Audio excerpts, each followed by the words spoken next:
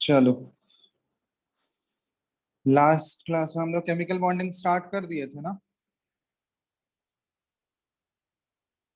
Last class में कहाँ तक हो पाया था बताओ तो। लेविस बेस पढ़ा रहे। अच्छा, लुईस एसिड और लुईस बेस का डेफिनेशन तुम लोग को बता रहा था। ठीक है, सेकंड लेक्चर है। लुईस स्ट्रक्चर ड्रॉ करेंगे कैसे वो बता दिए थे क्या? No sir. चलो ठीक है, तो लुईस स्ट्रक्चर हम लोग बनाना सीखते हैं। Rules for drawing Lewis structure. अब यहाँ पे देखो, ये लुईस स्ट्रक्चर बनाने से पहले एक बात सुन लो। लुईस स्ट्रक्चर जो जो भी हम लोग रूल्स यहाँ पे पढ़ेंगे ना, सेट ऑफ रूल्स पढ़ेंगे, तो वो सारे मॉलिक्यूल के लिए एप्लीकेबल नहीं होगा। हम लोग सिंपल मॉलिक्यूल का तो आराम से लुईस स्ट्रक्चर के बेसिस पे ड्रॉ कर सकते हैं। कुछ कुछ सिंपल मॉलिक्यूल्स हैं, उसके स्ट्रक्चर आराम से इसके थ्योरी से हम लोग ड्रॉ कर सकते हैं। लेकिन कॉम्प्लेक्स मॉलिक्यूल अगर आएगा तो कॉम्प्लेक्स मॉलिक्यूल का हम लोग इसके स्ट्रक्चर को ड्रॉ करना बहुत ही मुश्किल हो जाता है इसके थ्योरी से, क्योंकि लुईस के बहुत सारे एक्सेप्शंस हैं। ऑलरेडी तुम लोग को पहले भी बताया कि लुईस का जो ऑक्टेट थ्योरी था, इसके अकॉर्डिंग वो बोला था कि वही मॉलिक्यूल सिर्फ नेचर में एग्जिस्ट करेगा जिसमें के सारे एटम्स के ऑक्टेट कंप्लीट होने चाहिए। लेकिन इस नेचर में जो है बहुत सारे मॉलिक्यूल्स ऐसे मिलते हैं, बहुत सारे ऐसे मॉलिक्यूल्स एग्जिस्ट करते हैं जिसका ऑक्टेट कंप्लीट नहीं है उसमें सारे एटम्स का, ठीक है, लेकिन फिर भी वो स्टेबल है। तो यहाँ पे ध्यान देना कि ये सारे मॉलिक्यूल्स के केस में इसके थ्योरी को अप्लाई करके हम लोग सारे मॉलिक्यूल्स का स्ट्रक्चर ड्रॉ नहीं कर सकते हैं। जस्ट ये एक रफ आइडिया बताता है कि सिंपल मॉलिक्यूल का हम लोग कैसे ड्रॉ कर सकते हैं। यहाँ पे देखो, ये ध्यान रखना कि जैसे कुछ कुछ कॉमन मॉलिक्यूल्स का है जिसका तुम ऑलरेडी पहले से स्ट्रक्चर जानते हो, तो उसका तो एक बार स्ट्रक्चर देखे हो तो वो याद हो गया है ऑलमोस्ट। तो उसी तरह जितने भी इसमें स्ट्रक्चर्स आते जाएंगे ना, तो एक तरह से तुम लोग को याद ही कर लेना है। मतलब जैसे जैसे स्ट्रक्चर्स देखते जाओगे तो ऑटोमेटिकली वो तुम लोग को याद होते जाएगा। ठीक है, तो एक ही तरीका है इसमें, जब सारे स्ट्रक्चर तुम लोग को एक तरह से याद हो जाने चाहिए। ठीक है, जैसे जैसे हम लोग करेंगे कुछ कुछ मॉलिक्यूल्स को बताने का कोशिश करते हैं, लेकिन सभी जगह पे ये अप्लाई नहीं होगा। ठीक है, कुछ कुछ स्ट्रक्चर्स जो है वो वैसे ही एग्जिस्ट करते हैं, उसको याद रखना पड़ेगा। ठीक है ना?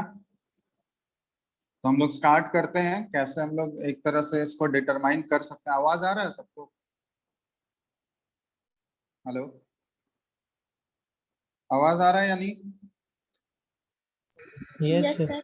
चलो, तो किसी भी मॉलिक्यूल का अगर हम लोग स्ट्रक्चर ड्रॉ करते हैं, लुईस स्ट्रक्चर, तो उसमें ध्यान देना कि कोई भी मॉलिक्यूल अगर है तो उसमें एक सेंट्रल एटम हम लोग को पहले डिसाइड करना पड़ता है, क्योंकि ठीक है, जैसे मान लो H2O है, तो ये H2O जो है दो टाइप के एटम से मिलके बना हुआ है, हाइड्रोजन और ऑक्सीजन। अब इन दोनों में से क्या होगा ना, एक एटम जो होता है वो सेंट्रल एटम होगा जो कि बीच में रहेगा, और उसके सराउंडिंग में अदर एलिमेंट के एटम्स होंगे जो कि टर्मिनल एटम्स उसको बोलते हैं हम लोग।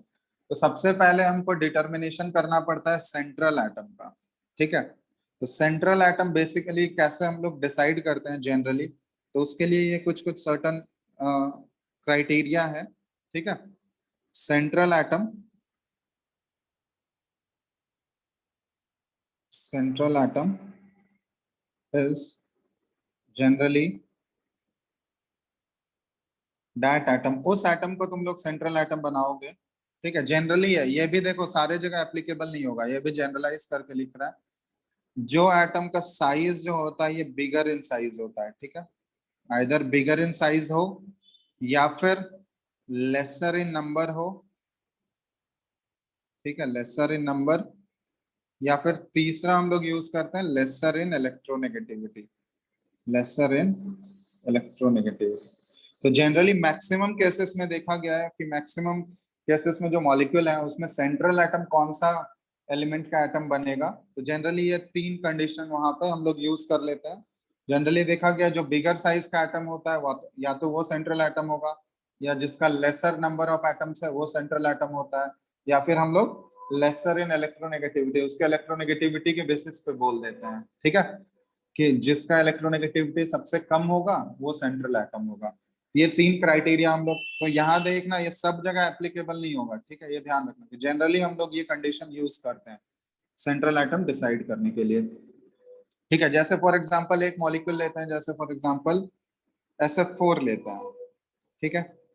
अब यहाँ पे बताना ये सल्फर का फ्लोरीन के साथ कंपाउंड है, तो इसमें बताओ तो इसमें सेंट्रल एटम कौन सा होना चाहिए, सल्फर का एटम होना चाहिए या फ्लोरीन का एटम?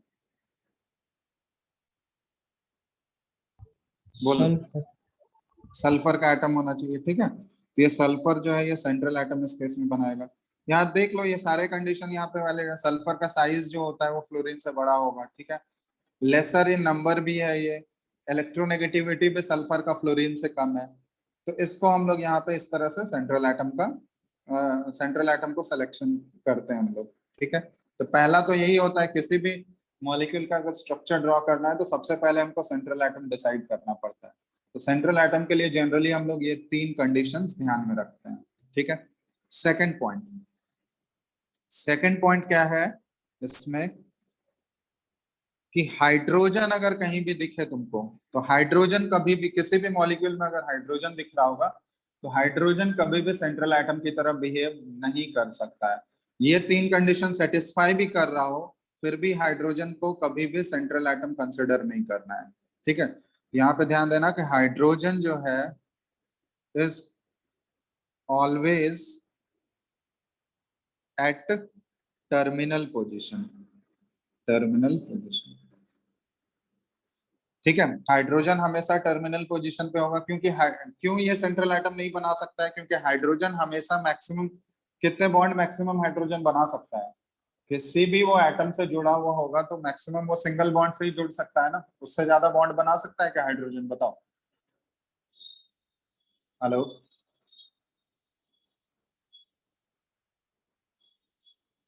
Hello, yes sir. आवाज आ रही है? Yes sir. ठीक है, तो हाइड्रोजन कभी भी सेंट्रल एटम की तरह बिहेव नहीं कर सकता है, क्योंकि हाइड्रोजन हमेशा जो है वो सिंगल बॉन्ड बनाता है, ठीक है। तो ये ध्यान रखना कि हाइड्रोजन कहीं भी तुमको किसी भी मॉलिक्यूल में अगर दिख रहा हो तो हाइड्रोजन को हमेशा टर्मिनल पोजीशन पे रखना है। जैसे CH4 है, मीथेन का तुम लोग स्ट्रक्चर ऑलरेडी जानते हो, यहाँ पे CH4 है, ठीक है। तो भले ही यहाँ पे कार्बन से इलेक्ट्रोनेगेटिविटी क्या है, हाइड्रोजन का कम है, लेकिन हाइड्रोजन को हम लोग सेंट्रल एटम नहीं बना सकते हैं, ठीक है। यहाँ ध्यान देना कार्बन ही हमारा सेंट्रल एटम होगा इस केस में। तुम लोग का स्ट्रक्चर भी पता है, यहाँ पे कार्बन के वैलेंस शेल में 4 इलेक्ट्रॉन्स होते हैं, तो ये हाइड्रोजन के साथ एक एक इलेक्ट्रॉन को शेयर करके इस तरह से 4 बॉन्ड बना लेता है, ठीक है। कार्बन का इलेक्ट्रोनेगेटिविटी कितना है, 2.5 है, और हाइड्रोजन का इलेक्ट्रोनेगेटिविटी तुम लोग को पता है 2.1 होता है। तो यहाँ पे इलेक्ट्रोनेगेटिविटी भले ही हाइड्रोजन का कम है, बट हाइड्रोजन कभी भी सेंट्रल एटम की तरह एक्ट नहीं करेगा, हाइड्रोजन हमेशा टर्मिनल पोजीशन पे रहेगा, ठीक है। तो ये ध्यान देना, क्योंकि हाइड्रोजन हमेशा सिंगल बॉन्ड ही बना सकता है, इसलिए वो हमेशा टर्मिनल पोजीशन पे रहेगा, it cannot behave as a central atom. जैसे वाटर में भी यहाँ पे ऑक्सीजन का इलेक्ट्रोनेगेटिविटी देखे ना हम लोग, ठीक है। यहाँ पे वाटर का अगर स्ट्रक्चर ड्रॉ करोगे तो हाइड्रोजन का इलेक्ट्रोनेगेटिविटी ये 2.1 है, ऑक्सीजन का कितना होता है पॉलिंग स्केल के अकॉर्डिंग, बताओ। 3.5। 3.5। तो हाइड्रोजन तो लेसर इलेक्ट्रोनेगेटिव एलिमेंट है, बट ये कभी भी सेंट्रल एटम बन नहीं सकता। यहाँ भी तुम लोग को स्ट्रक्चर पता ही होगा वाटर का, ये ऑक्सीजन और ये इसके साथ 2 हाइड्रोजन अटैच, और ऑक्सीजन के पास यहाँ पे कितने लोन पेयर होते हैं, 2 लोन पेयर, यस और नो। तो ये जो है टर्मिनल पोजीशन हो गया, तो हाइड्रोजन हमेशा टर्मिनल पोजीशन पे रहेगा, ठीक है। दूसरा ये कंडीशन हो गया। तीसरा हम लोग लिखेंगे, थर्ड पॉइंट लिख रहे हो ना साथ साथ, fluorine is always at terminal position. Hydrogen की तरह भी फ्लोरीन भी हमेशा क्या होगा, ये टर्मिनल पोजीशन पे रहेगा, ठीक है। ये भी ध्यान रखना, फ्लोरीन भी हमेशा टर्मिनल पोजीशन पे रहेगा, क्योंकि फ्लोरीन हाइड्रोजन की तरह ही हमेशा सिंगल बॉन्ड ही बना सकता है। तो इट ऑलवेज, क्यों ऐसा होता है, क्योंकि it always forms single bond, समझ में आया? क्योंकि फ्लोरीन में देखोगे, फ्लोरीन के पास क्या है, इसका कॉन्फ़िगरेशन जब लिखोगे 1s2 2s2 2p5, ठीक है। इसके पास वेकेंट ऑर्बिटल भी नहीं है, क्योंकि सेकंड पीरियड का ही एलिमेंट है ये, और सेकंड पीरियड के एलिमेंट में डी ऑर्बिटल तो होते नहीं है, एस और पी सबसेल तक ही होते हैं वहां पे। और पी सबसेल में सिर्फ इसको एक ही इलेक्ट्रॉन का रिक्वायरमेंट है ना, देख रहे हो, P5 है। अब इसको अपना ऑक्टेट कंप्लीट करने के लिए एक ही इलेक्ट्रॉन का रिक्वायरमेंट है, तो वो एक इलेक्ट्रॉन जो है वो पी ऑर्बिटल में एक्सेप्ट कर लेता है। इससे ज्यादा वो बॉन्ड बना सकता है क्या फ्लोरीन कभी भी, ये बताओ। बॉन्ड बनाने के लिए क्या होना चाहिए, उसके पास वेकेंट ऑर्बिटल होने चाहिए ना, तभी तो वो इलेक्ट्रॉन को रख पाएगा उसमें। यस और नो, समझ आ रहा है? Yes hello, sir. ठीक है। तो फ्लोरीन भी हाइड्रोजन की तरह ही, ये ध्यान रखना कि हमेशा टर्मिनल पोजीशन पे होगा। फ्लोरीन भी कभी सेंट्रल एटम की तरह बिहेव नहीं कर सकता है, क्योंकि फ्लोरीन भी सिंगल बॉन्ड बनाता है हमेशा, ठीक है। ये तीसरा पॉइंट हो गया। फोर्थ पॉइंट, ऑक्सीजन, ठीक है। ऑक्सीजन अगर कहीं भी टर्मिनल एटम की तरह अगर बिहेव कर रहा है, ऑक्सीजन एट टर्मिनल पोजीशन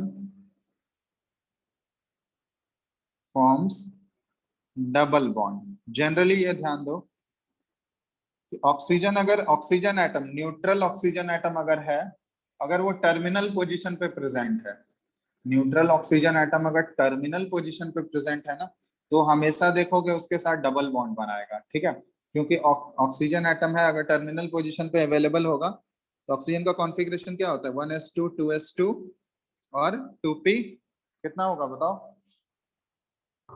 4. 4। तो इसको अपना ऑक्टेट कंप्लीट करने के लिए कितने इलेक्ट्रॉन्स का रिक्वायरमेंट है, आउटर मोस्ट सेल में इसके 6 इलेक्ट्रॉन्स हैं, तो 2 ही इलेक्ट्रॉन का रिक्वायरमेंट है इसके पास। तो 2 इलेक्ट्रॉन के रिक्वायरमेंट के लिए इसको मिनिमम 2 बॉन्ड बनाने पड़ेंगे। तो अगर ऑक्सीजन टर्मिनल पोजीशन पे प्रेजेंट है, तो ये ध्यान देना, टर्मिनल पोजीशन पे जब भी ऑक्सीजन होगा तो वो हमेशा डबल बॉन्ड बनाएगा, ठीक है। ये फोर्थ पॉइंट हो गया। फिफ्थ पॉइंट हम लोग लिख सकते हैं,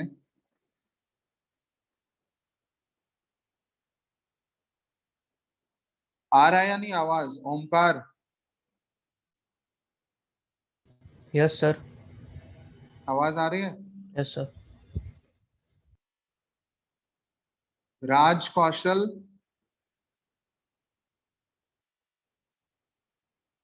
इसका शायद प्रॉब्लम है। अभिषेक, यस सर। चलो यस ठीक है। सर, आ रहा है आवाज। तो फोर्थ पॉइंट हो गया, oxygen at terminal position always forms double bond, ठीक है। नेक्स्ट पॉइंट ये है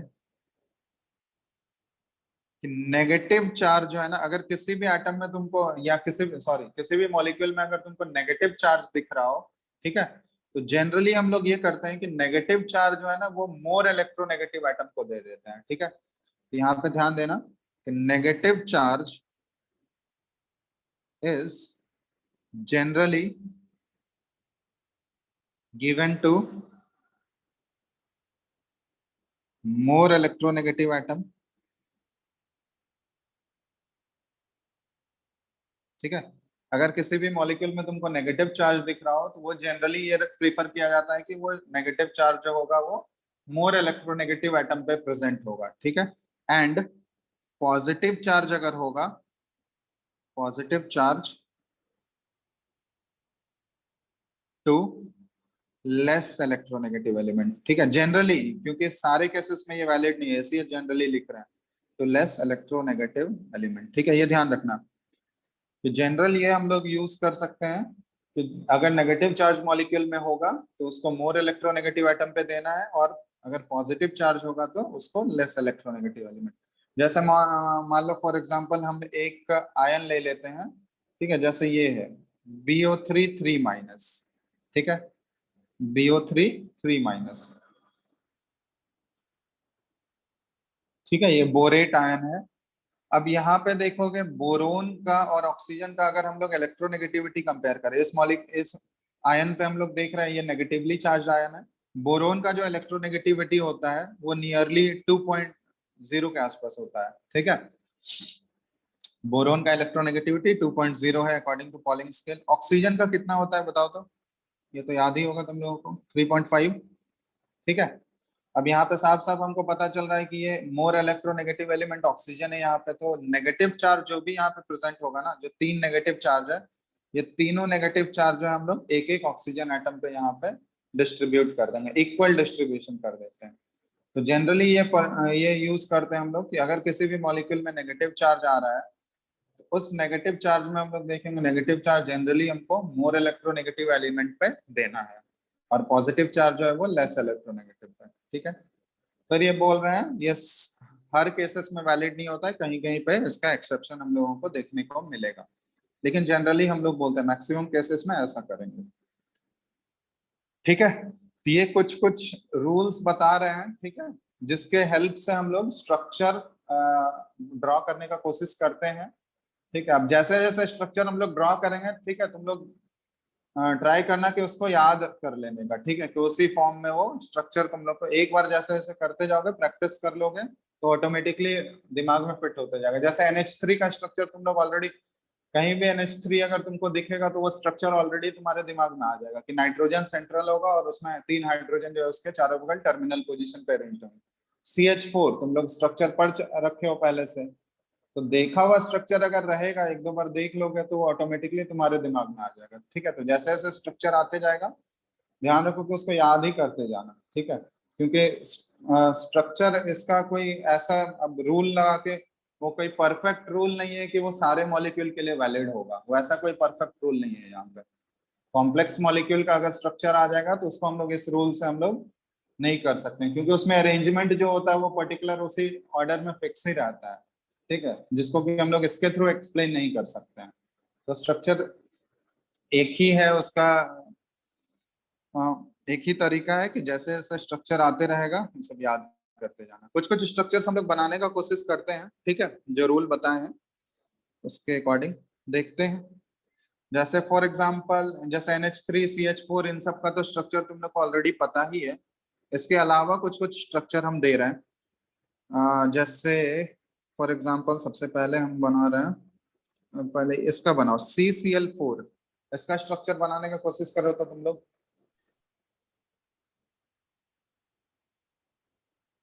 सर कार्बन के चारों तरफ क्लोरीन होगा।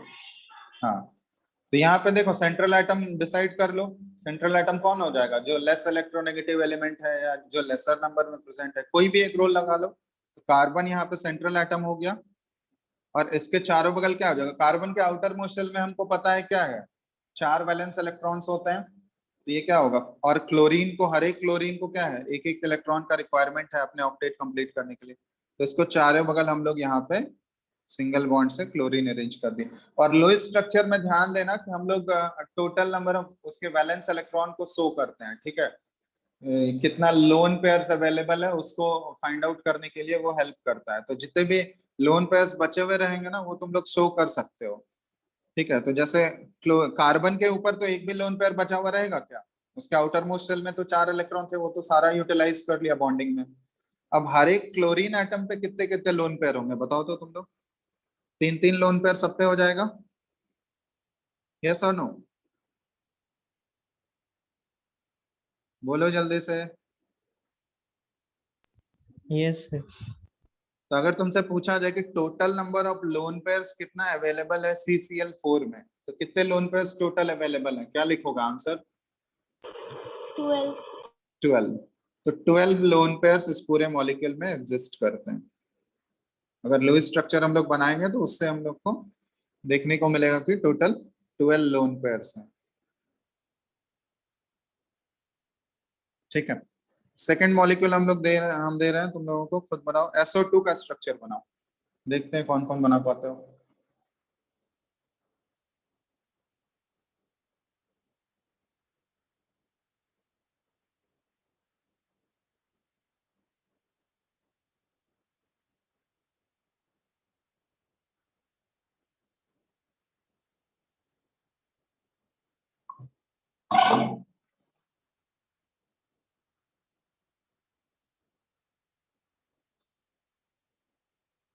हो गया SO2 का? Yes sir. कैसा आया स्ट्रक्चर बताओ, सेंट्रल एटम कौन सा हो जाएगा? Sulphur. Sulphur. Central atom sulphur हो गया। अब इसके दो ही ऑक्सीजन एटम है, तो दो ऑक्सीजन एटम इसके अराउंड सिमेट्रिकली ड्रॉ कर लो। अब ये बताया गया कि ऑक्सीजन एटम अगर टर्मिनल पोजीशन पे प्रेजेंट है तो वो हमेशा क्या बनाएगा, डबल बॉन्ड। इधर भी डबल बॉन्ड बना दो, ठीक है। अब डबल बॉन्ड बना दिया। अब देखो ऑक्सीजन को दो दो इलेक्ट्रॉन का रिक्वायरमेंट है, तो ऑक्सीजन पे लोन पेयर कितने हैं, दो दो लोन पेयर होगा ना ऑक्सीजन एटम पे। Yes, sir. और सल्फर पे भी लोन पेयर होगा या नहीं होगा, बताओ तो। Sir, एक सल्फर फोन पे होते एक लोन पेयर हो जाएगा सल्फर, क्योंकि सल्फर भी तो ऑक्सीजन के ग्रुप का ही है ना एलिमेंट। तो इसका आउटर मोस्ट शेल में 6 इलेक्ट्रॉन होते हैं, तो 4 तो ये यूज कर रहा है बॉन्डिंग में, और 4 यूज कर रहा है, उसके बाद एक जो है वो लोन पेयर, 2 इलेक्ट्रॉन्स इसके अनशेयर्ड बचे हुए रह जाएंगे, तो ये एक लोन पेयर हो गया। अब यहाँ पे देखो, ये बताओ तो ये लुईस ऑक्टेट रूल को फॉलो कर रहा है क्या, ये बताओ तो।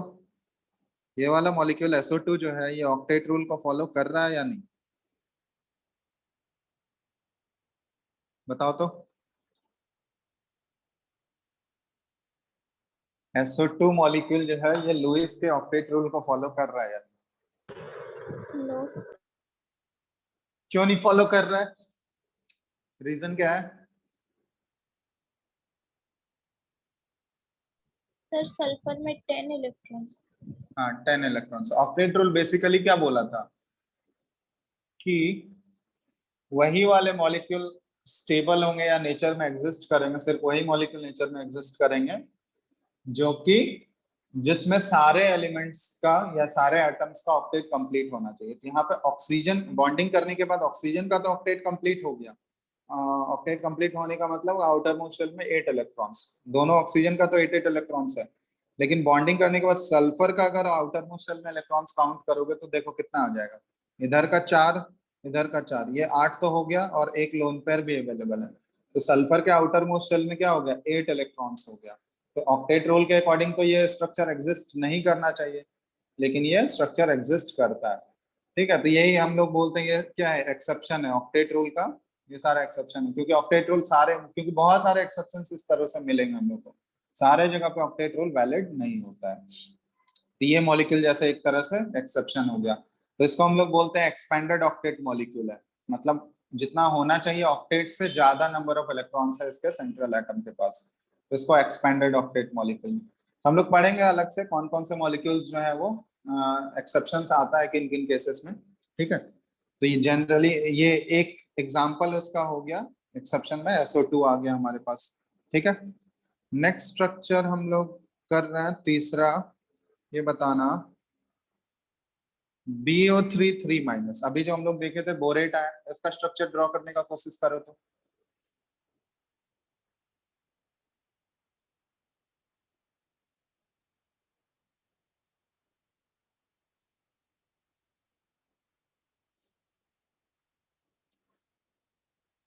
बोलो, हो गया, फटाफट अब करते जाओ। सेंट्रल एटम कौन सा होगा बताओ, बोरॉन। बोरोन हो गया। अब इसके चारों बगल पहले देखो 3 ऑक्सीजन एटम है, तो तीनों को यहाँ पे इसके सराउंडिंग में शो कर लो, हो गया, ठीक है। अब क्या बोला गया, इस पे नेगेटिव चार्ज है, इस मॉलिक्यूल पे नेगेटिव चार्ज है, तो जनरली अगर नेगेटिव चार्ज रहता है तो उसको कौन सा एटम पे देना है हमको, कौन सा एटम पे देना है बताओ। Sir oxygen.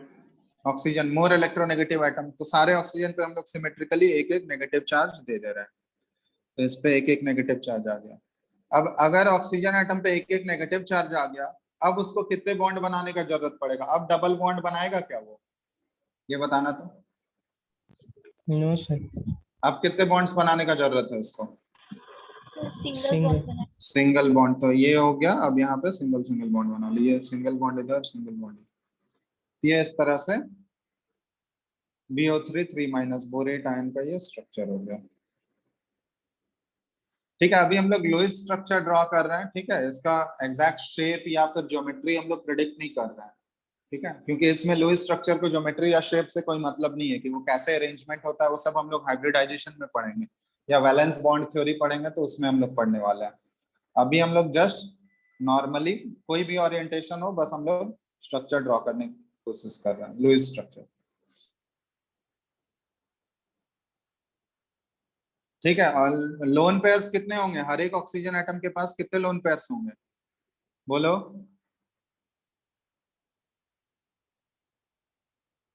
कितने लोन पेयर्स होंगे बता सकते हो तुम लोग हर एक ऑक्सीजन एटम पे?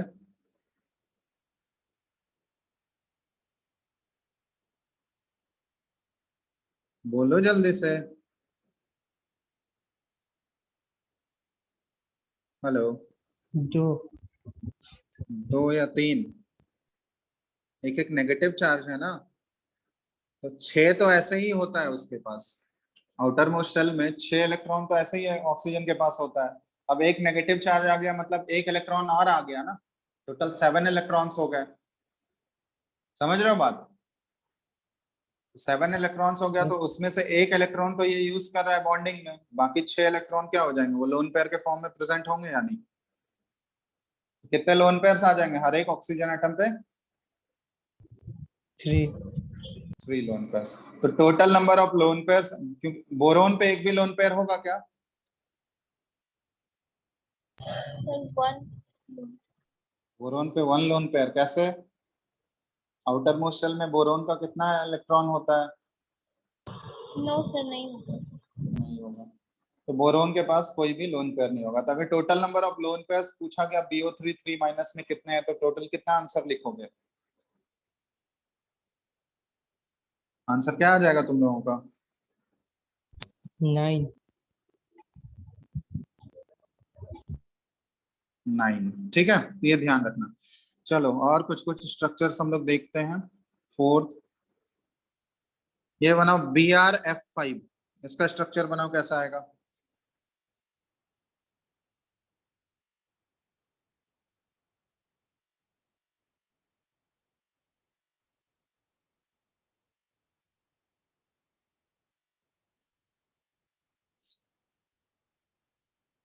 BrF5 का बना लिए?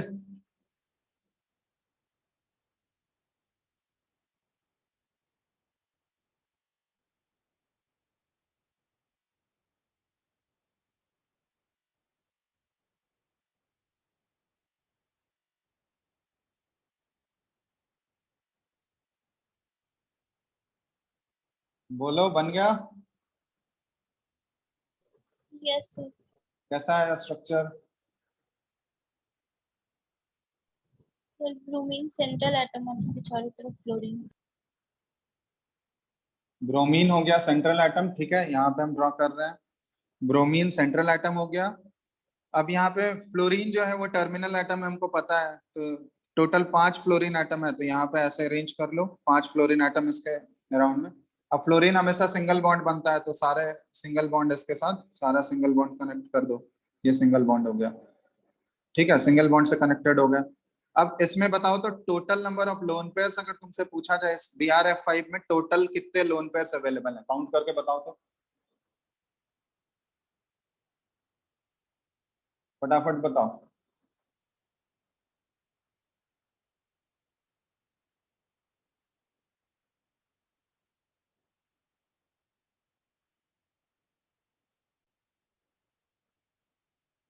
सर 16। 16। चलो देख लेते हैं। फ्लोरीन, सारे फ्लोरीन एटम पे कितने लोन पेयर्स हो जाएंगे? 3 3 लोन पेयर होंगे सारे फ्लोरीन पे। ठीक है, यहाँ पे हम ड्रॉ कर रहे हैं सारे फ्लोरीन एटम पे 3 3 लोन पेयर। और जो सेंट्रल एटम है वो ब्रोमीन, उसके ऊपर भी कोई लोन पेयर होगा क्या? सेंट्रल ब्रोमीन के ऊपर,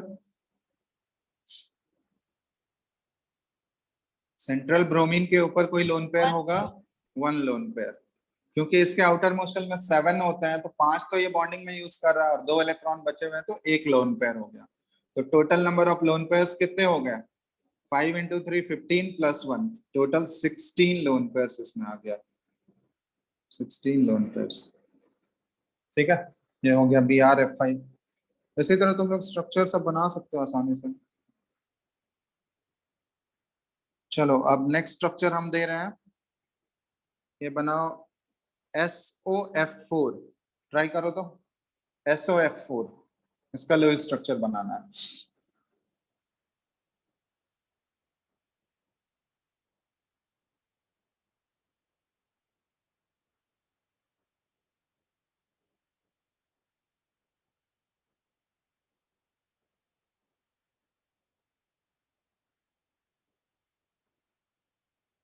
सेंट्रल एटम किसको बना रहे हो इसमें बताओ?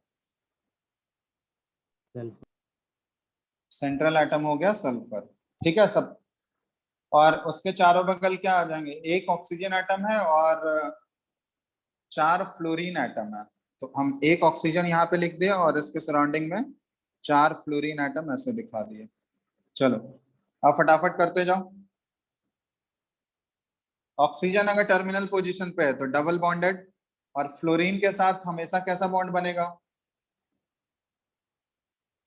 फ्लोरीन के साथ हमेशा सिंगल बॉन्ड। तो ये देखो, ये सिंगल बॉन्ड से चारों फ्लोरीन एटम कनेक्टेड हो गए, ठीक है। एक इधर ये फ्लोरीन और दूसरा ये फ्लोरीन, यही हो गया इसका।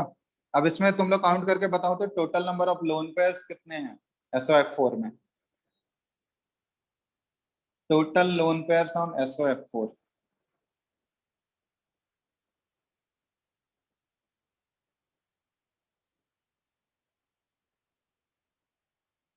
15. 15। सर 14।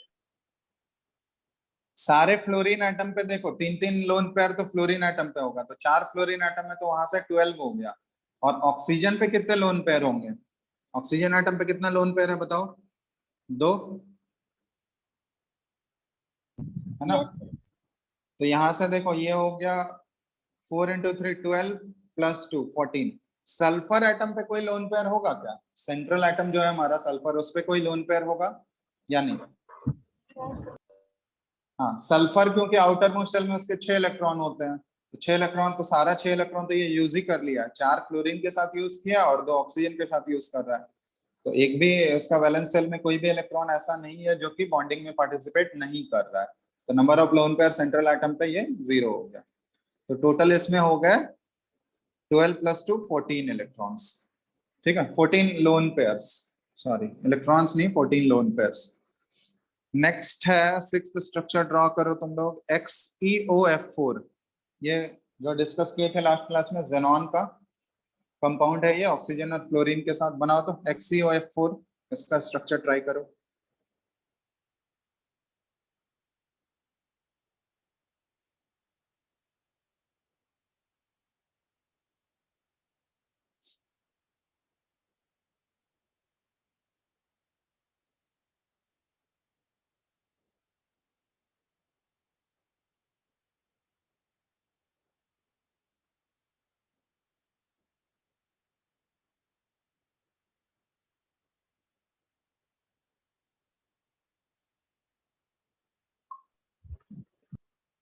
हो गया?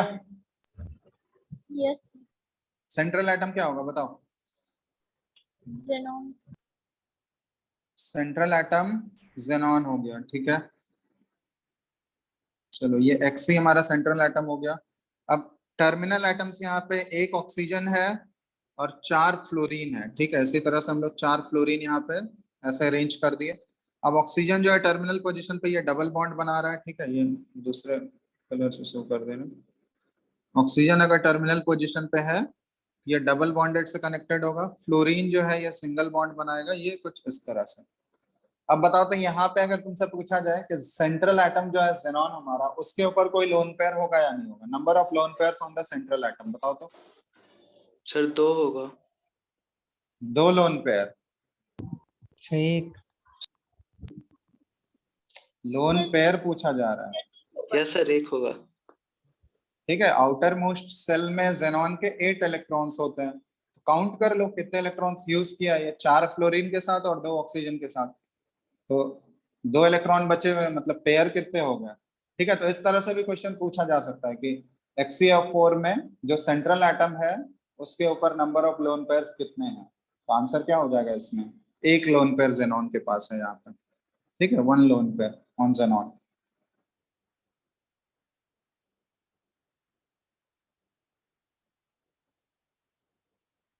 चलो ये हो गया XeOF4। नेक्स्ट हम लोग ड्रॉ कर रहे हैं, चलो H3PO4 का ड्रॉ करो तो तुम लोग।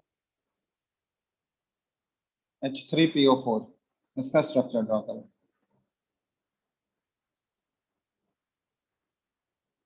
अब देखना, जैसे फॉस्फोरस का ये इस टाइप का अगर मॉलिक्यूल रहेगा ना, इसमें देखो ऑक्टेट रूल अगर लगाओगे तो वो सारा यहाँ पे देखो वैलिड नहीं होगा, क्योंकि सारा अप्लाई नहीं कर सकते उसके अकॉर्डिंग करोगे तो ये बहुत ज्यादा कॉम्प्लेक्स होगा और सारा एप्लीकेबल भी नहीं होगा। तो इस टाइप का स्ट्रक्चर देखो, अगर कहीं भी फ्लोरीन का इस फॉर्म में आएगा, ये फॉस्फोरिक एसिड है, ये स्ट्रक्चर हमेशा ध्यान रखना, इसमें सेंट्रल एटम तो फॉस्फोरस होगा हमारा, ठीक है, और एक डबल बॉन्ड पहले यहाँ बना लो, एक ऑक्सीजन के साथ ये डबल बॉन्ड ऐसे पहले बना लो, ठीक है, फॉस्फोरस के साथ एक डबल बॉन्ड ऑक्सीजन ऐसे पहले बना लो। अब उसके बाद जो बच गए ये तुम यहाँ पे ड्रॉ करो, कौन कौन सा आइटम बच गए, कितने ऑक्सीजन बच गए यहाँ पे, एक ऑक्सीजन तो ऑलरेडी यूज हो चुके हैं, कितने ऑक्सीजन बच गए यहाँ पे,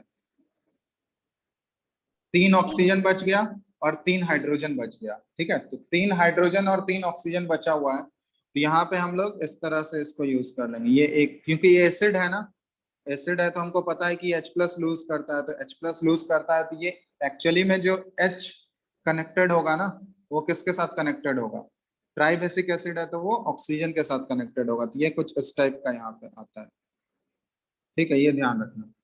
यहाँ पे कोई ऑक्टेट रूल वैसा सच कोई ऑक्टेट रूल या कोई इसके लिए रूल हम लोग नहीं डिसाइड कर सकते हैं कि स्ट्रक्चर ऐसे ही ड्रॉ करना है, ठीक है, ये स्ट्रक्चर इस फॉर्म में एग्जिस्ट करता है, ये तुमको याद ही करना होगा, ठीक है, तो इस फॉर्म में एग्जिस्ट करता है, मतलब यहाँ पे जो हाइड्रोजन होगा वो ऑक्सीजन के साथ कनेक्टेड है, और वो ऑक्सीजन देखो फर्दर फॉस्फोरस के साथ है, तो ये इस फॉर्म में इसका स्ट्रक्चर होता है।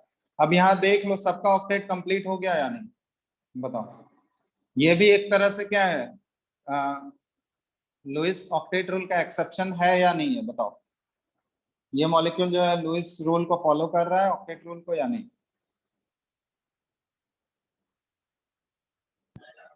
No sir.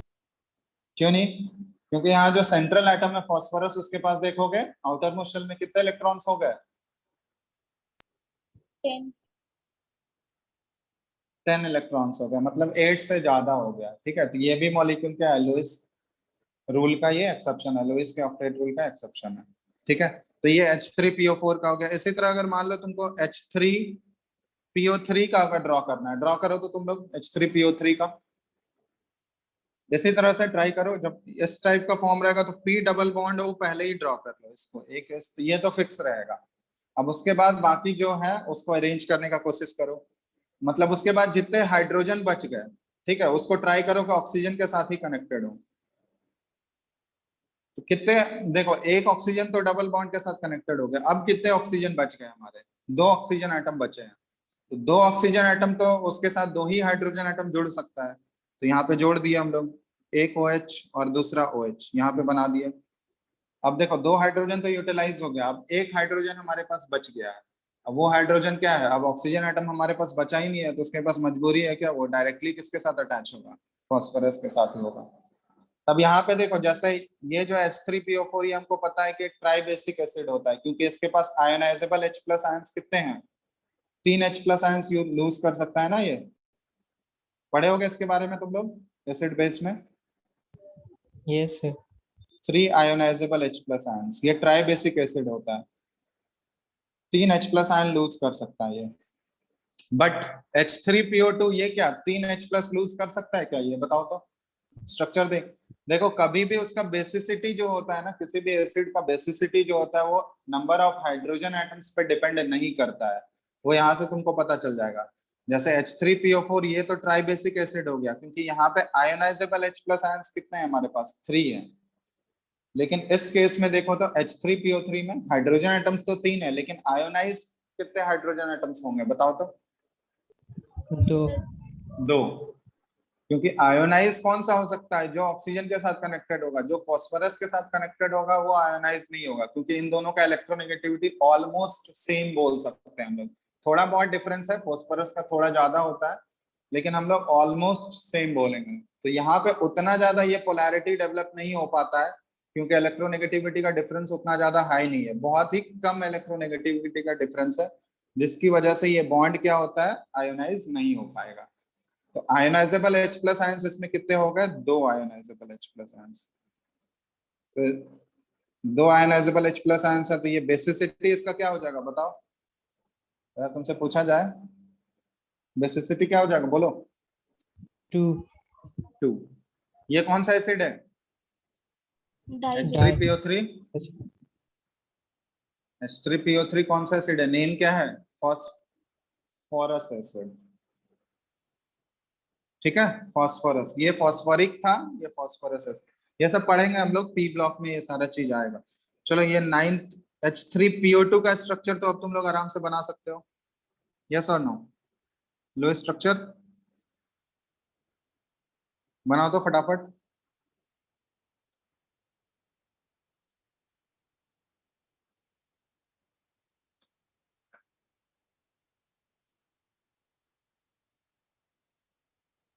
हो गया, यस सर। फॉस्फोरस, इसके साथ एक डबल बॉन्ड ऑक्सीजन पहले ही ड्रॉ कर लो। अब जितने ऑक्सीजन बचे उसके साथ हाइड्रोजन कनेक्ट करने का कोशिश करो, एक ही ऑक्सीजन बचा है तो एक ही OH आएगा यहाँ पे, बाकी 2 हाइड्रोजन क्या हो गए, ये डायरेक्टली फॉस्फोरस अटैच्ड। अब यहाँ देखो तो कितने आयनाइजेबल H+ आयंस हो गए यहाँ पे, 1.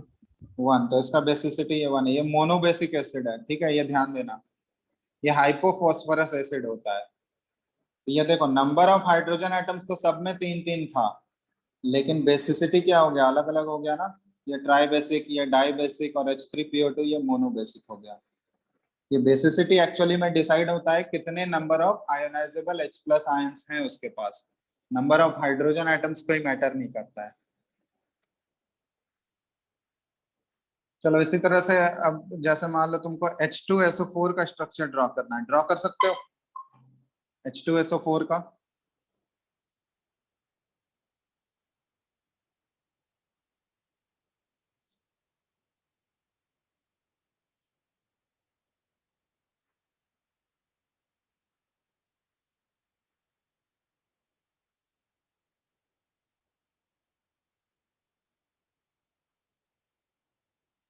हो गया अभिषेक,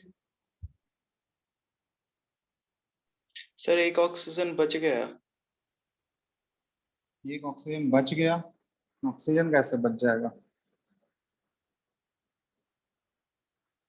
ट्राई करो कैसे फिट करना है। देखो जितने स्ट्रक्चर्स बताते जा रहे हैं वो सब याद करते जाना, ठीक है, क्योंकि याद नहीं रहेगा तो फिर इसका कोई रूल नहीं है कि आज सच वो रूल हम लोग अप्लाई करेंगे और वो हमारा स्ट्रक्चर बनते जाएगा। तो जैसे जैसे स्ट्रक्चर पढ़ते जा रहे हो उसको याद करते जाओ, याद ऑटोमेटिकली हो जाएगा, इतनी बार देखोगे तुम लोग, प्रैक्टिस करोगे खुद से तो ऑटोमेटिक याद हो जाएगा। नहीं बना H2SO4 का सेंट्रल एटम किसको बनाए, Sulfur. सल्फर, ठीक है। अब देखो यहाँ क्या है, 2 हाइड्रोजन है और ऑक्सीजन हमारा 4 है, तो हाइड्रोजन को तो हम लोग ट्राई कर रहे हैं कि ऑक्सीजन के साथ कनेक्ट करने का, तो 2 ऑक्सीजन जो है वो 2 हाइड्रोजन को तो ले लिया, ठीक है। अब बाकी कितने ऑक्सीजन बच गए यहाँ पे, 2। 2 ऑक्सीजन बच गए। अब ऑक्सीजन अगर टर्मिनल पोजीशन पे यहाँ पे ऐसे ड्रॉ कर दिया, ऑक्सीजन अगर इस सेंट्रल एटम के टर्मिनल पोजीशन पे होगा तो वो किसके थ्रू कनेक्टेड होगा, डबल बॉन्ड के थ्रू, यस और नो। हो गया, यही तो है H2SO4 का स्ट्रक्चर, और H2SO4 में हमको पता ही है डाइबेसिक एसिड होता है ना।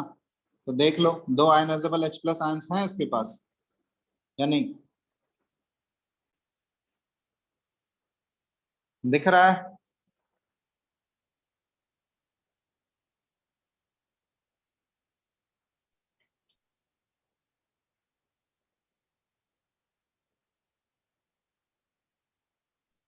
Yes sir. समझ आया सबको। अब ये सब स्ट्रक्चर देखो जैसे जैसे पढ़ रहे हो याद करते जाओ, H2SO4 इस फॉर्म में ये ऐसे एग्जिस्ट करता है। चलो नेक्स्ट, अब बहुत सारे न्यूट्रल मॉलिक्यूल कर लिए हम लोग, चार्ज मॉलिक्यूल्स की तरफ अब बढ़ते हैं हम लोग। देखो जैसे कुछ कुछ चार्ज मॉलिक्यूल्स तो ऑलरेडी हम लोग पढ़ चुके हैं, जैसे तुम लोग को ये सब बता ही चुके हैं, NH4+ का स्ट्रक्चर ऑलरेडी बता ही दिए हैं, है ना। ये कोऑर्डिनेट बॉन्डिंग वाले में बताया था ना, ये कैसे होता है, ये कुछ इस तरह से हम लोग इसको रिप्रेजेंट करते हैं। इसका अगर लोएस्ट स्ट्रक्चर पूछा जाए ये ऑलरेडी हम लोग को पता ही है, ये हम लोग कोऑर्डिनेट बॉन्डिंग में पढ़ चुके हैं। अब इसको हम लोग इस फॉर्म में रिप्रेजेंट करते हैं, ये पूरे मॉलिक्यूल पे एज ए होल हम लोग प्लस रिप्रेजेंट करते हैं। यहाँ पे तो ऑलरेडी हमको पता है कि ये प्लस चार्ज पूरे मॉलिक्यूल पे हम लोग शो कर रहे हैं, लेकिन अगर पूछा जाए कि ये प्लस चार्ज एक्चुअली में कौन से एटम पे प्रेजेंट है, तो यहाँ पे ये इस मॉलिक्यूल में कौन सा एटम पे एक्चुअली वो प्लस चार्ज है बताओ, सर नाइट्रोजन। नाइट्रोजन पे है, ठीक है। तो अब देखो ये वाला रूल वैलिड नहीं हुआ ना, इसलिए तुम लोग को बताते हैं कि पॉजिटिव चार्ज जो जनरली बोला गया है कि वो लेस इलेक्ट्रोनेगेटिव, सॉरी, अरे क्या लिख दिए थे यहाँ पे,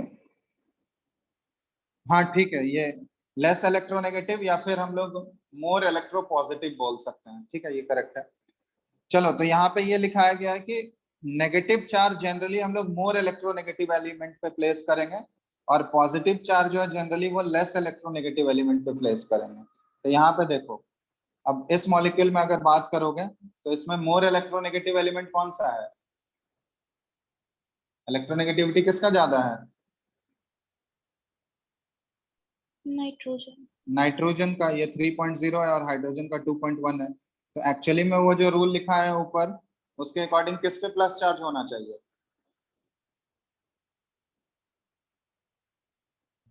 हाइड्रोजन। बट यहाँ पे नाइट्रोजन पे एग्जिस्ट करता है, ठीक है। तो इसलिए वो जनरलाइज्ड फॉर्म में लिखा है, वो सब जगह एप्लीकेबल नहीं होगा, उसके बहुत सारे एक्सेप्शन देखने को मिलेंगे, ठीक है। अब जैसे इसमें H3O प्लस भी तुम लोग को बताए थे, यहाँ भी ये एक्सेप्शन है।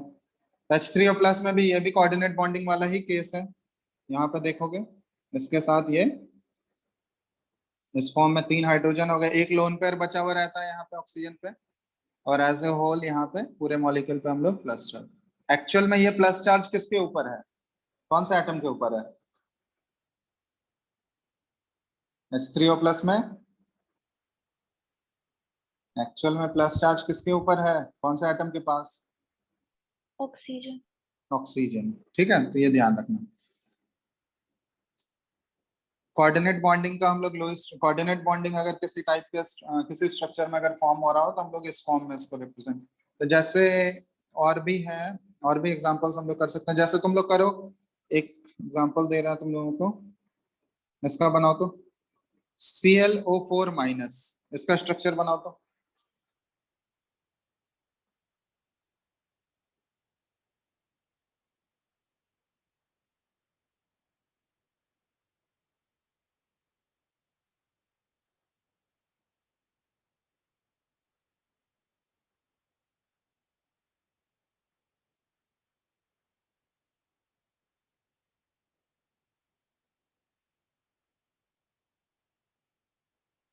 बन गया। Yes sir. सेंट्रल आइटम क्या हो जाएगा यहाँ पे, क्लोरीन। क्लोरीन। अब 4 ऑक्सीजन एटम है, तो 4 ऑक्सीजन एटम इसके ऐसे हम लोग सिमेट्रिकली ड्रॉ कर लिए। अब एक नेगेटिव चार्ज है, तो नेगेटिव चार्ज जनरली किस पे देते हैं हम लोग, मोर इलेक्ट्रोनेगेटिव, तो एक ऑक्सीजन पे, किसी एक ऑक्सीजन में एटम पे हम लोग नेगेटिव चार्ज दे दिए। तो जिस ऑक्सीजन पे नेगेटिव चार्ज आ गया वो किसके थ्रू कनेक्टेड होगा, वो तो सिंगल बॉन्ड ही बनाएगा, यस और नो। Yes sir. उसके अलावा बाकी जो टर्मिनल ऑक्सीजन एटम्स है उन सबके साथ क्या करो, डबल बॉन्ड बना दो। तो ये हो गया ClO4 माइनस। समझ रहे हो बात, थोड़ा थोड़ा आइडिया लग रहा है कैसे ड्रॉ करना है। ClO3 माइनस ये ड्रॉ करो तो,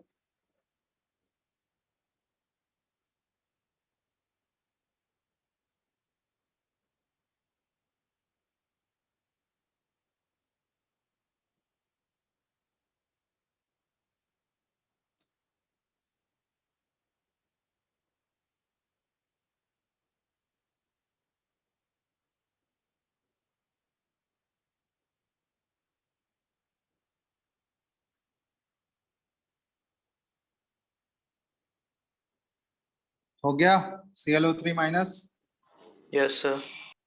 कैसे बनाए बताओ, सर क्लोरीन बीच में और दो ऑक्सीजन एटम से डबल बॉन्ड से रहेगा, एक लोन पेयर रहेगा और एक ऑक्सीजन से सिंगल बॉन्ड से रहेगा। नेगेटिव चार्ज किस पे दिए हो, एक ऑक्सीजन एटम पे, यस सर। ठीक है। 2 ऑक्सीजन एटम इसमें डबल बॉन्डेड, एक ऑक्सीजन एटम पे नेगेटिव चार्ज, और एक लोन पेयर बचा हुआ रहेगा ना सेंट्रल एटम पे, यस और नो। Yes sir. क्लोरीन पे एक नेगेटिव, सॉरी, एक लोन पेयर अवेलेबल है यहाँ पे क्लोरीन पे। चलो नेक्स्ट स्ट्रक्चर है 15th में ड्रॉ करो, चलो नाइट्रेट आयन का ड्रॉ करो, NO3 माइनस, ट्राई करो तो,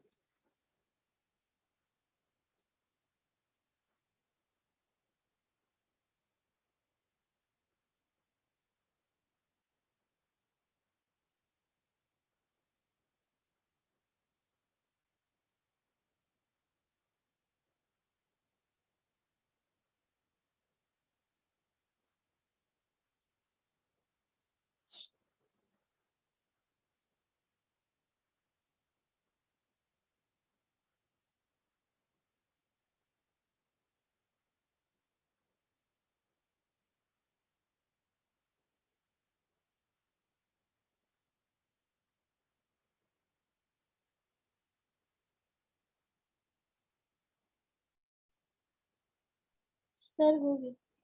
हो गया? कैसे ड्रॉ किया बताओ? सेंट्रल एटम किसको बनाए हो? नाइट्रोजन। नाइट्रोजन। अब इसके अराउंड कितने ऑक्सीजन एटम है? 3 ऑक्सीजन एटम, 2 डबल बॉन्ड और 1 सिंगल बॉन्ड। दो डबल बॉन्ड और एक सिंगल बॉन्ड। चलो ये तीन, ये ऐसे कर दिए हो क्या? ये ऐसे ही बनाए हो सब लोग? Yes sir. ये स्ट्रक्चर करेक्ट नहीं है। क्यों नहीं होगा बताओ?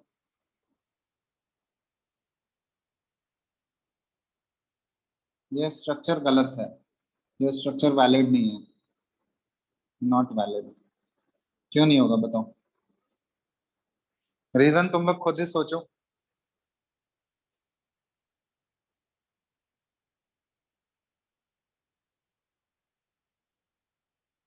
ये जो तुम लोग स्ट्रक्चर बता रहे हो उसमें नाइट्रोजन टोटल कितने बॉन्ड्स बना रहा है बताओ?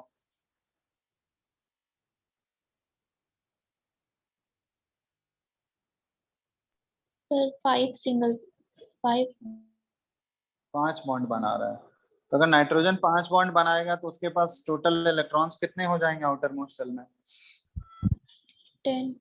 10। तो 10 इलेक्ट्रॉन्स रखने के लिए टोटल ऑर्बिटल्स कितने चाहिए? 5। 5। नाइट्रोजन के आउटर मोस्ट शेल में 5 ऑर्बिटल्स अवेलेबल होते हैं क्या? यस और नो बताओ? नाइट्रोजन कौन सा पीरियड का एलिमेंट है? सेकंड पीरियड का एलिमेंट है। सेकंड पीरियड में एस सबशेल और पी सबशेल पाया जाता है। एस में एक ऑर्बिटल, पी में 3 ऑर्बिटल। तो नाइट्रोजन के पास देखो डी ऑर्बिटल, कोई वैकेंट ऑर्बिटल तो पड़ा हुआ है नहीं। तो वैकेंट ऑर्बिटल अगर पड़ा हुआ नहीं है तो कभी भी 5 बॉन्ड फॉर्म करके वो एक्स्ट्रा अपने ऑक्टेट को वो एक्सपैंड कर सकता है क्या? मैक्सिमम उसके अंदर 8 ही इलेक्ट्रॉन्स आ सकते हैं, क्योंकि आउटर मोस्ट शेल में टोटल कितने ऑर्बिटल्स हैं? टोटल 4 ही ऑर्बिटल्स हुए ना, 3 पी के और 1 एस के। समझ रहे हो बात? क्लियर है? समझ आ रहा है या नहीं? Yes, yes sir. sir. तो मैक्सिमम कितने इलेक्ट्रॉन्स को वो कंटेन कर सकता है आउटर मोस्ट शेल में? सर 8। 8। अगर 8 से ज्यादा इलेक्ट्रॉन्स होगा तो उसके पास ऑर्बिटल ही नहीं है जहां पे वो 8 से ज्यादा इलेक्ट्रॉन्स को रख पाए। अगर वो पॉसिबल ही नहीं है तो इसका मतलब नाइट्रोजन कभी भी अपने ऑक्टेट को एक्सपैंड नहीं कर सकता है। तो हम लोग बोल सकते हैं यहाँ पे कि नाइट्रोजन एटम जो है ये can not expand its octet. क्यों नहीं एक्सपैंड कर सकता है? Because of non availability of क्या? Vacant orbitals. No vacant orbitals. और वेकेंट ऑर्बिटल्स अगर नहीं है तो ये कभी भी 5 बॉन्ड बनाएगा? बताओ, नाइट्रोजन कभी भी 5 बॉन्ड बना सकता है क्या? No, sir. तो चलो अब ये स्ट्रक्चर तो गलत हो गया, अब दूसरा स्ट्रक्चर सोचो, ट्राई करो। अगर ये फैक्ट तुम लोग को बता दिया गया कि नाइट्रोजन 5 बॉन्ड नहीं बना सकता है, तब कैसे सोच सकते हो बताओ?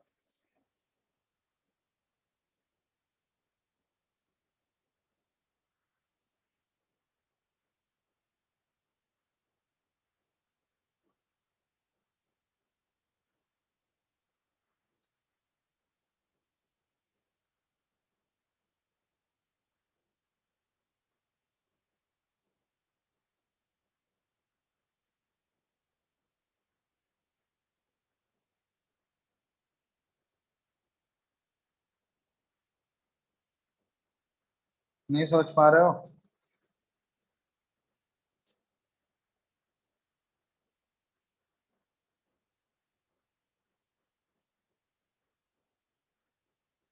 क्या किसी का आया आंसर? सही, द सेंट्रल एटम ऑक्सीजन बनेगा क्या? सेंट्रल एटम ऑक्सीजन तो नहीं बनेगा। तो सेंट्रल फिर नहीं एटम, है। अरे सोचो, थोड़ा सा तो सोचना है। फिर नाइट्रो ऑक्सीजन ऑक्सीजन में बनेगा। ऑक्सीजन ऑक्सीजन में बॉन्ड बनेगा। जब सेंट्रल एटम नाइट्रोजन है तो नाइट्रोजन से ही सारे ऑक्सीजन कनेक्टेड होंगे ना।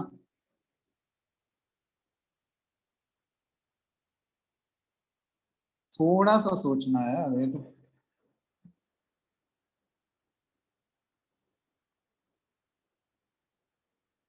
चलो देखो, नहीं आ रहा है किसी का। यहाँ पे देखो नाइट्रोजन सेंट्रल एटम है, यहाँ पे तीन, चलो ये तीन ऑक्सीजन हम इसके सराउंडिंग में ड्रॉ कर दिए, ठीक है। ये ऑक्सीजन, ये ऑक्सीजन और ये ऑक्सीजन। अब एक नेगेटिव चार्ज है यहाँ पे, तो नेगेटिव चार्ज हमको किस पे देना है बताओ, कौन से एटम पे नेगेटिव चार्ज जाएगा, बोलो। कौन से एटम पे नेगेटिव चार्ज जाएगा? वो तो किसी ऑक्सीजन पे ही जाएगा, किसी एक ऑक्सीजन पे हम लोग नेगेटिव चार्ज दे दिए। अब जिस ऑक्सीजन के साथ वो नेगेटिव चार्ज दे चुके हैं तो उसके साथ वो कैसा बॉन्ड बनाएगा, सिंगल बॉन्ड, यस और नो? यस ये सर। तो सिंगल बॉन्ड के थ्रू कनेक्टेड है। अब बाकी देखो, टर्मिनल पोजीशन पे अगर ऑक्सीजन रहता है तो ये डबल बॉन्ड बनाता है, तो एक ऑक्सीजन के साथ तो डबल बॉन्ड बन गया। अब दूसरे ऑक्सीजन के साथ तो डबल बॉन्ड बन नहीं सकता है, क्योंकि फिर 5 बॉन्ड आ जाएंगे जो कि पॉसिबल नहीं है। तो फिर दूसरे ऑक्सीजन के साथ ये क्या कर सकता है, क्या पॉसिबिलिटी है यहाँ पे, ये बताओ। कोऑर्डिनेट बॉन्डिंग का पॉसिबिलिटी है। ये अपने लोन, एक लोन पेयर तो है अभी इसके पास, एक पेयर तो बचा हुआ है इलेक्ट्रॉन का, क्योंकि तीन ही इलेक्ट्रॉन यहाँ यूज किया है ये दोनों ऑक्सीजन में। समझ रहे हो बात क्या बोल रहे हैं, तीन यूज किया है ना, तो दो इलेक्ट्रॉन तो बचे हुए हैं अभी भी, मतलब एक लोन पेयर।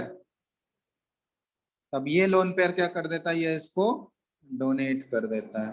तो इस तरह से यहाँ पे एक कोऑर्डिनेट बॉन्डिंग का ये फॉर्मेशन कर लेते हैं, क्योंकि डबल बॉन्ड अगर बना दोगे तो वो एक्सपेंडेड ऑक्टेट हो जाएगा, जो कि पॉसिबल ही नहीं है, नाइट्रोजन अपने ऑक्टेट को एक्सपेंड नहीं कर सकता है। तो ये इस तरह से ये अपने दोनों लोन पेयर को क्या करता है, इसको डोनेट कर देता है। तो इस तरह से ये कोऑर्डिनेट बॉन्डिंग। तो जब इसको कोऑर्डिनेट बॉन्डिंग को कोवेलेंट बॉन्डिंग में रिप्रेजेंट करोगे, ये किस टाइप का स्ट्रक्चर आ जाएगा बताओ, बताए हैं ना। कोऑर्डिनेट बॉन्ड को जब कोवेलेंट बॉन्ड से रिप्लेस करते हैं तो जो डोनर एटम है उसके ऊपर कौन सा चार्ज आ जाएगा,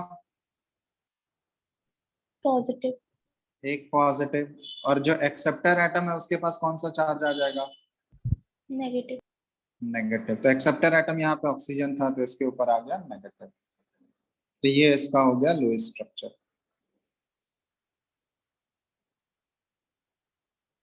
दो ऑक्सीजन पे यहाँ पे नेगेटिव चार्ज आ गया और नाइट्रोजन पे प्लस चार्ज।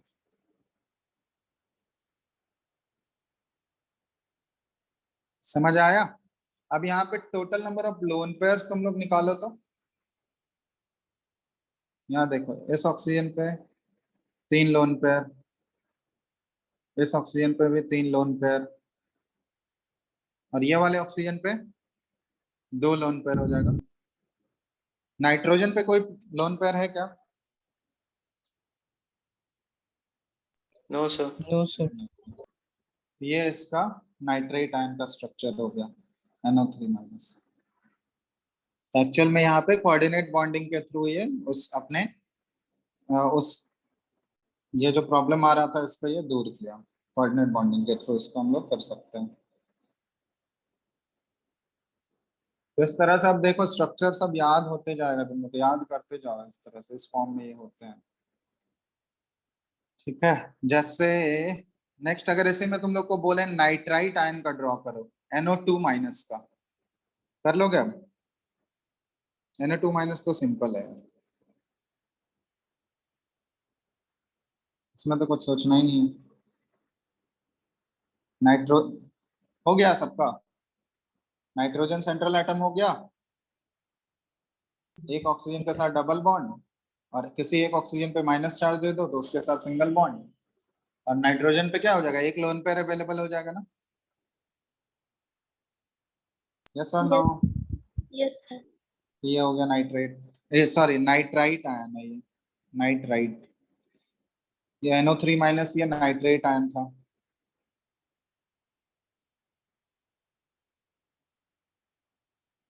क्या कुछ क्लियर हो रहा है?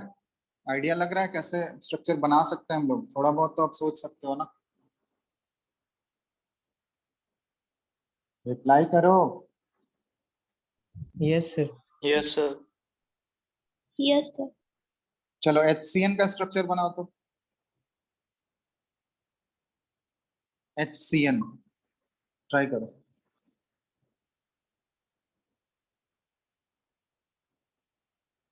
हाइड्रोजन साइनाइड है ये।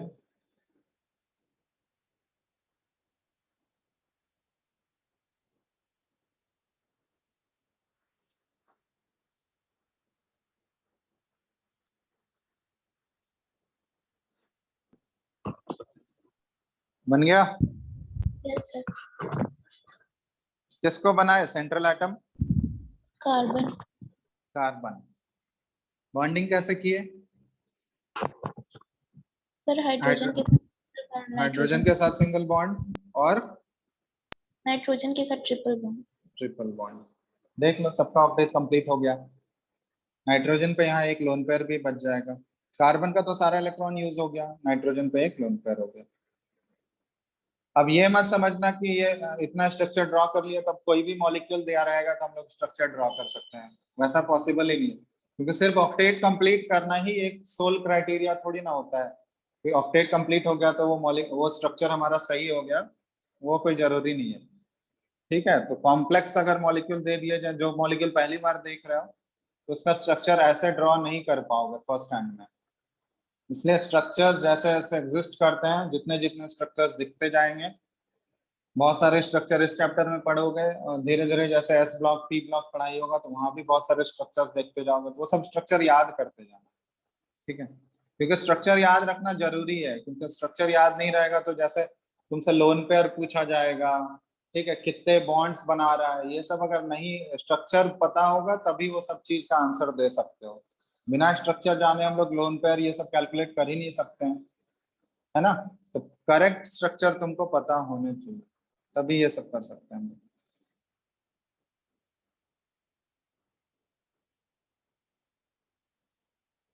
तो वैसा मत समझ लेना कि इतने स्ट्रक्चर्स ड्रॉ कर लिए तो सारा स्ट्रक्चर हम लोग कोई भी देगा तो बना सकते हैं, वैसा नहीं पॉसिबल।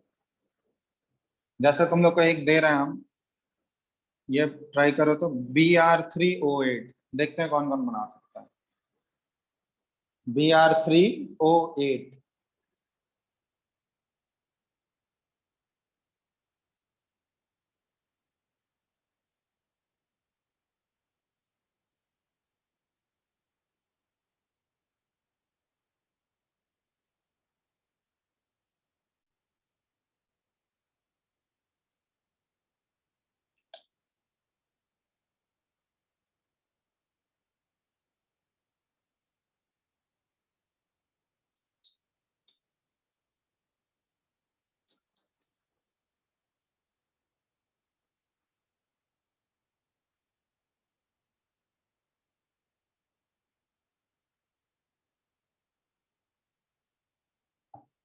अब ऐसे कोई भी अननोन मॉलिक्यूल देगा, देखते हैं कौन ट्राई कर सकते हो क्या बना, किसी से बता सकते हो अरेंजमेंट?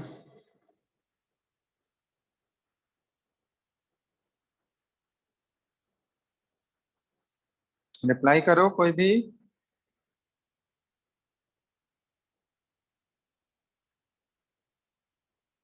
सो गए क्या यार तुम लोग? Hello, yes sir.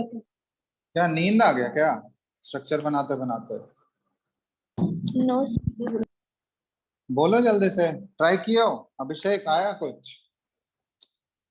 No sir, नहीं बन रहा है। सब हिमांशु? बना रहे हैं अभी। Yes, चलो sir. हम इसका स्ट्रक्चर ड्रॉ कर रहे हैं, ठीक है।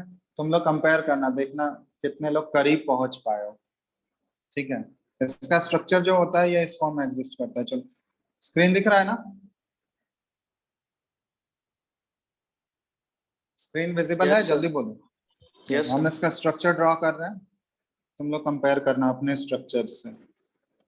इसमें Br ये इस तरह से रहते हैं और 8 ऑक्सीजन एटम है। इसमें से देखो बोरोन के आउटर मोस्ट शेल में 7 इलेक्ट्रॉन्स हैं, तो 2 4 6 इधर यूज हो गया, 2 3 इधर हो गए यूज ऑक्सीजन, तो टोटल 6 ऑक्सीजन ऐसे यूज हो गए, बाकी 2 ऑक्सीजन और बच गया, तो 2 ऑक्सीजन वो बीच वाले बोरोन पे। ये है Br3O8 का।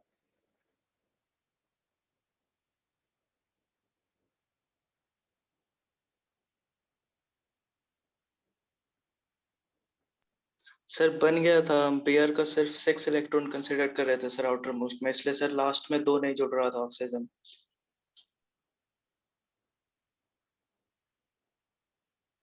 ठीक है, ये इस फॉर्म में एग्जिस्ट करता है Br3O8। Yes sir.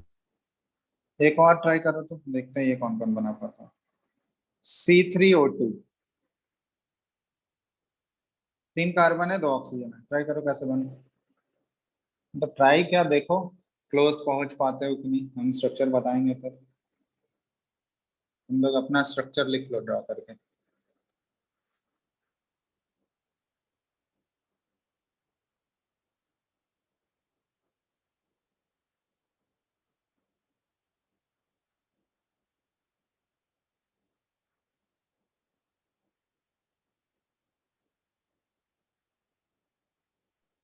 सर हो गया।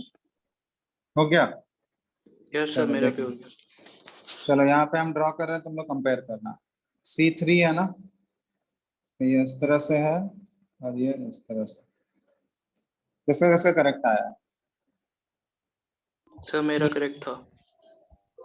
और करेक्ट है, यस सर। चलो वाह, हम लोग तो सीख गए यार।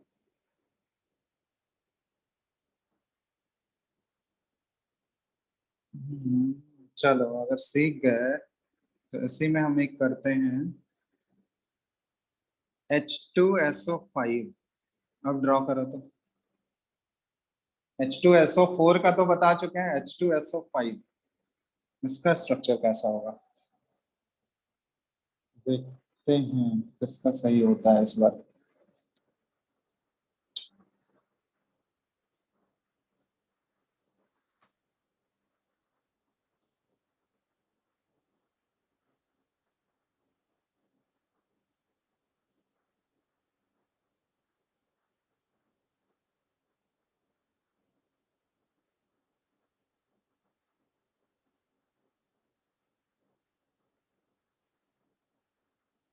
क्या बना,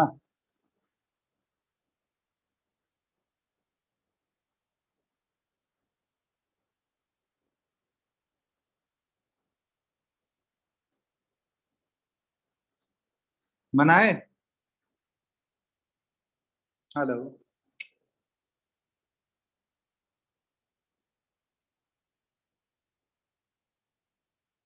हेलो, यस सर। चलो बना। Yes sir. चलो यहाँ हम ड्रॉ कर रहे हैं, तुम लोग कंपेयर कर लेना अपने स्ट्रक्चर को। H2SO5 है ना, ठीक है, तो एक तो OH होगा यहाँ पे, ठीक है, और दूसरा जो होता है ना, ये इस तरह से होता है, ये जो बॉन्ड होता है ना पेरोक्साइड, यहाँ बॉन्ड फॉर्म होता है, ये ऑक्सीजन ऑक्सीजन के बीच में एक बॉन्ड लिंक, इसको बोलते हैं हम लोग पेरोक्साइड लिंकेज, इसमें एक पेरोक्साइड लिंकेज आता है, ठीक है, तो ये स्ट्रक्चर इसी फॉर्म में एग्जिस्ट करता है। किसका सही हुआ था, ये तो लगता नहीं है किसी का सही हुआ होगा, हुआ है क्या। No sir. ठीक है, नो तो सर। ये एसिड है, इसको बोला जाता है, कॉमन नेम है इसका कैरोस एसिड है ये, ठीक है, या फिर इसको बोलते हैं पर ऑक्सी मोनोसल्फ्यूरिक एसिड, पर ऑक्सी मोनोसल्फ्यूरिक एसिड,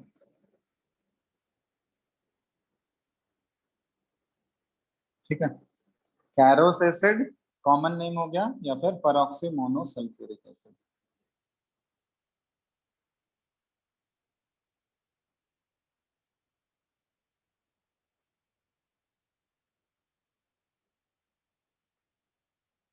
ठीक है, यहाँ पे F नहीं यूज कर लो क्योंकि सल्फ्यूरिक का स्पेलिंग नहीं है।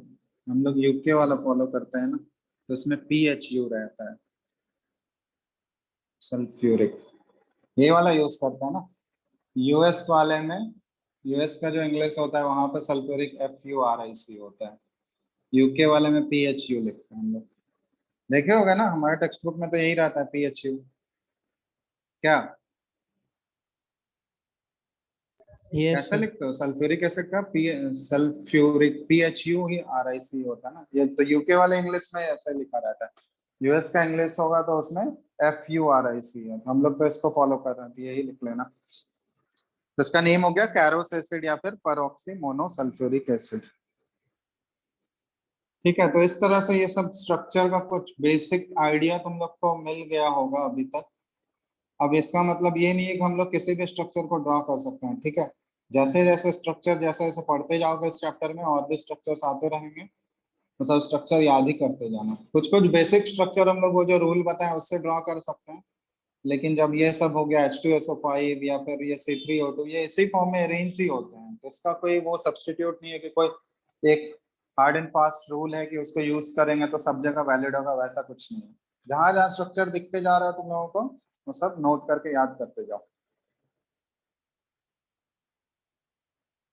ठीक है। और भी हम लोग इसमें तो इनफाइनाइट स्ट्रक्चर्स हम लोग देख सकते हैं, तो जैसे जैसे चैप्टर्स आगे बढ़ेगा S ब्लॉक P ब्लॉक पढ़ोगे तो और भी स्ट्रक्चर्स दिखते जाएंगे बहुत सारे, ठीक है। तो जहां भी इसमें भी इस चैप्टर में और भी स्ट्रक्चर्स आते जाएंगे तो वो सब भी बताते जाएंगे।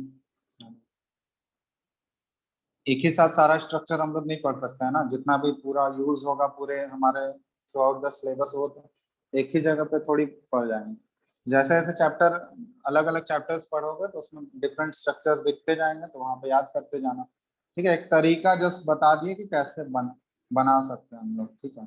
एक तरह से सोच सोच कैसे सकते हैं हम लोग, सेंट्रल एटम डिसाइड करना है, फिर टर्मिनल एटम, तो वो जनरलाइज्ड फॉर्म है, वो सब जगह एप्लीकेबल नहीं होगा, ठीक है। कुछ कुछ केसेस में एप्लीकेबल होंगे, मैक्सिमम केसेस में देखोगे एप्लीकेबल नहीं भी होगा, ठीक है। तो यही है, स्ट्रक्चर दिखेगा याद करते जाना तुम लोग। चलो समझ आया? कुछ पूछना है और बताओ। सर होमवर्क करना है। होमवर्क करना है, होमवर्क में तुम लोग वो बुकलेट इसका मिल चुका है क्या, बॉन्डिंग का? यस सर है मेरे पास। यस सर है। सबके यस पास है सर। बॉन्डिंग का बुकलेट? तो उसमें लुईस एक बार देखना, अगर लुईस स्ट्रक्चर वाले क्वेश्चंस अगर होंगे ना, कहीं पे तुमको लुईस स्ट्रक्चर बहुत सारे सेट ऑफ मॉलिक्यूल्स दिए हैं, उसका लुईस स्ट्रक्चर अगर ड्रॉ करने का होगा तो वो ट्राई कर सकते हो। है क्या बुकलेट पास में? देखो वैसा कोई एक्सरसाइज है कुछ उस टाइप का?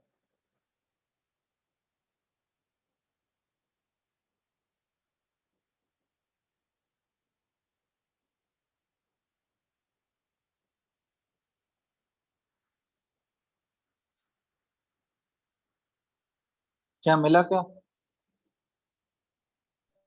यस सर है। लुईस स्ट्रक्चर वाला है एक्सरसाइज? सर एक वर्कशीट भी है, उसमें लुईस डॉट स्ट्रक्चर है, वो अतुल सर भेजे थे हमको। अच्छा ठीक है, तो उसी को ट्राई करो तुम लोग। बना हुआ है या तुम बनाना है उसमें? ऑलरेडी सर बना हुआ है पैन? सॉल्व है वो वर्कशीट?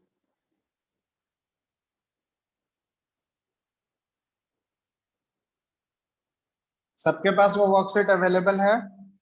सर हम ग्रुप में सेंड कर देंगे। ठीक है, तो उसको ट्राई कर लेना, लुईस स्ट्रक्चर वाला वर्कशीट तुम लोग ट्राई करो, ठीक है। देखते हैं अगर कहीं पे डाउट होगा, कोई स्ट्रक्चर बनने में दिक्कत हो रहा होगा तो ठीक है, अगले क्लास में हम लोग डिस्कशन करेंगे उसका।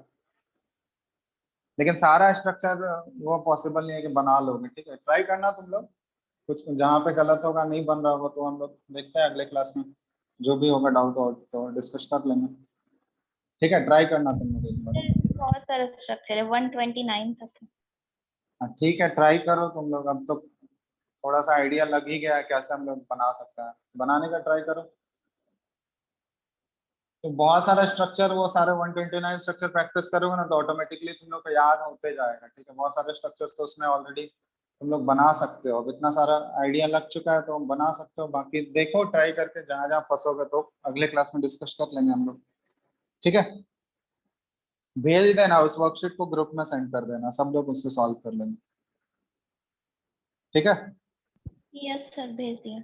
चलो, और कुछ पूछना है किसी को?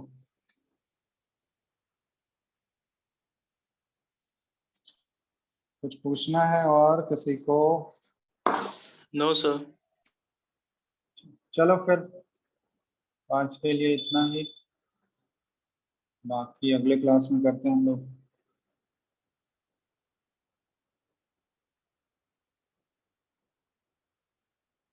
ठीक है, चलो एंड कर रहे हैं।